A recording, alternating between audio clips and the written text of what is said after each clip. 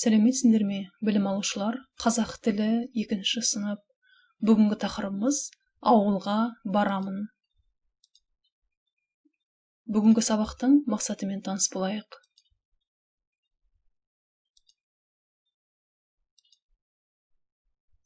Әдеттегідей балалар жаңа сөздермен танысамыз. Шарбақ. Суретке назар аударайық. Обратите внимание на картинку. Мынау шарбақ. Мынау шарбақ. Шатыр. Үйдің шатыры. Мынау шатыр. Шарбақ, шатыр. Жаңа сөздерді есімізге сақтаймыз. Мен ауылда тұрамын. Балалар, жалғауларға назар аударайық. Ребята, обратите внимание на окончание. Мен, сен, сіз, ол. Я, ты, вы, он, она. Мен ауылда тұрамын. Бұл бізде жіктік жалғауы. Вторичное окончание. Я живу в деревне. Тұрамын. Тұрамын. Добавляется твердое окончание «мын». Первое лицо. Мен тұрамын. Сен тұрасың. Сын. Твердое слово. Добавляется твердое окончание «сын». Сіз ауылда тұрасыз. Сыз. Сыз жалғауы жалғанады. Жуан жалғау. Добавляется твердое окончание «сыз». Сіз — это вежливая форма. Бұл сыпайы түрі. Сіз тұрасыз. Сіз ауылда тұрасыз. Ол ауылда тұрады. Он, она живет в деревне. Атам ауылда тұрады. Дедушка живет в деревне. Енді сөздердің дұрыс айтылуына назар аударамыз. Дұрыс айт, произнеси правильно. Шатыр. Шатыр. Мынау шатыр. Үйдің шатыры. Тұрады.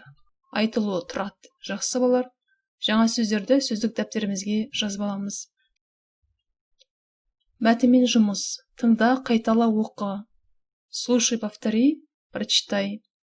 Менің атам мен әжем бар. У меня есть дедушка и бабушка. Атам мен әжем ауылда тұрады. Дедушка и бабушка живут в деревне. Атамның үйі үлкен. Дом моего деда большой. Мынау шарбақ. Мынау шарбақ. Это забор. Шарбақ көк. Забор синий. Мен демалыста ауылға барамын. Я на каникулах поеду в деревню. Атам мен әжеме көмектесемін. Я помогаю бабушке и дедушке. Маған ауыл ұнайды. Мне нравится деревня. Енді балалар өзіміз оқимыз. Теперь прочитаем текст. Отвечаем на вопросы. Сұрақтарға жауап берейік. Бірінші сұрақ, бірінші сауал. Атаң мен әжең қайда тұрады? Мәтін бойынша сұрақтардың жауабын іздейміз. Менің атам мен әжем ауылда тұрады. Екінші сауал. Атаңның үйі қандай? Атамның үйі үлкен. Жақсы. Мынау не? Мынау шарбақ. Соңғы сұрақ. Сен не істейсің? Мен атам мен әжеме көмектесемін. Жақсы балалар. Сұрақтарға назар аударайық. Қайда? Қандай? Енді сұрақтарға жауап берейік. Ответим на вопросы. Қандай? Какой? Атамның үйі. Атамның үйі қандай? Дом моего деда. Үлкен. Үлкен, большой. Әдемі. Красивый. Таза. Чистый. Және түсі қандай екен? Үйдің ақ. Ақ үй. Белый.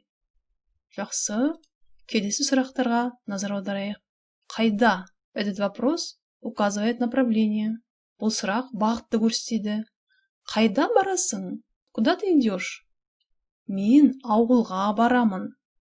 Ауылға барамын. Мен қалаға барамын. Қандай және қайда сұрақтарын еске сақтаймыз. Запоминаем вопросы. Қандай, қайда. Жазылым тапсырмасы. Үшінші тапсырма. Нүктенің орнына тиісті қосымшаны қойып жаз. Напишите нужное окончание. Менің қандай қосымша жалғаймыз? Атам мен әжем бар. Атам. Ауылдың көрінісі мынау суретте.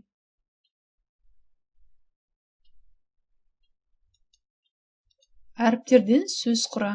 Это устное задание. Қандай сөздер шығады екен? Әртүрлі сөздерді шығаруға болады. Мысал үшін, шар деген сөз шығады, қар деген сөз шығады. Әртүрлі сөздер шығады екен. Бұл тапсырманы ауызша орындаймыз. Диалогты толықтыр. Дополните диалог. Сен қайда тұрасың? Ауылда ма? Әлде қалада ма? Мен ауылда тұрамын. Немесе мен қалада тұрамын. Ауылда кім тұрады? Соны бұл сұраққа ауызша жауап береміз. Это устное задание. Есте сақта. Запомните. Атам ауылда тұрады. Дедушка живет в деревне. Мен демалыста ауылға барамын. Атамның үйі үлкен. Мынау шарбақ. Жақсы балалар. Жаңа сөздерді сөздік дәптерімізге жазып аламыз. Және де қандай, қай сұрақтарын есте, қандай жағдайда қойылатынын еске сақтаймыз. Сабағымыз аяқталды. Сау болыңдар балалар. Келесі кездескенше.